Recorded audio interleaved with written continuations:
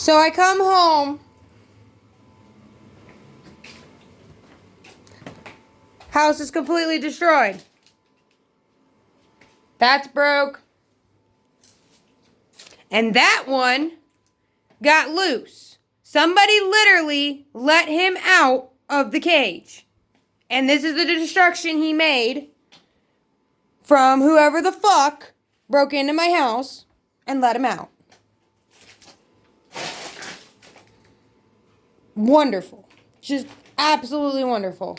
And with no signs of forced entry, I have no idea how they got in the house.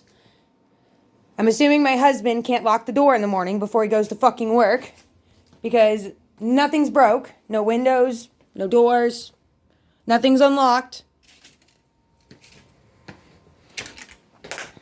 Or at least so far. I guess I didn't check this door. Let's go check this door and see if my husband knows how to lock the door in the morning. Door's locked. So, no signs of forced entry. However, somebody let my dog loose. And out of the cage with his brother. So, I had to put him back in the cage before I could even... This is fucking bullshit. Absolute fucking bullshit.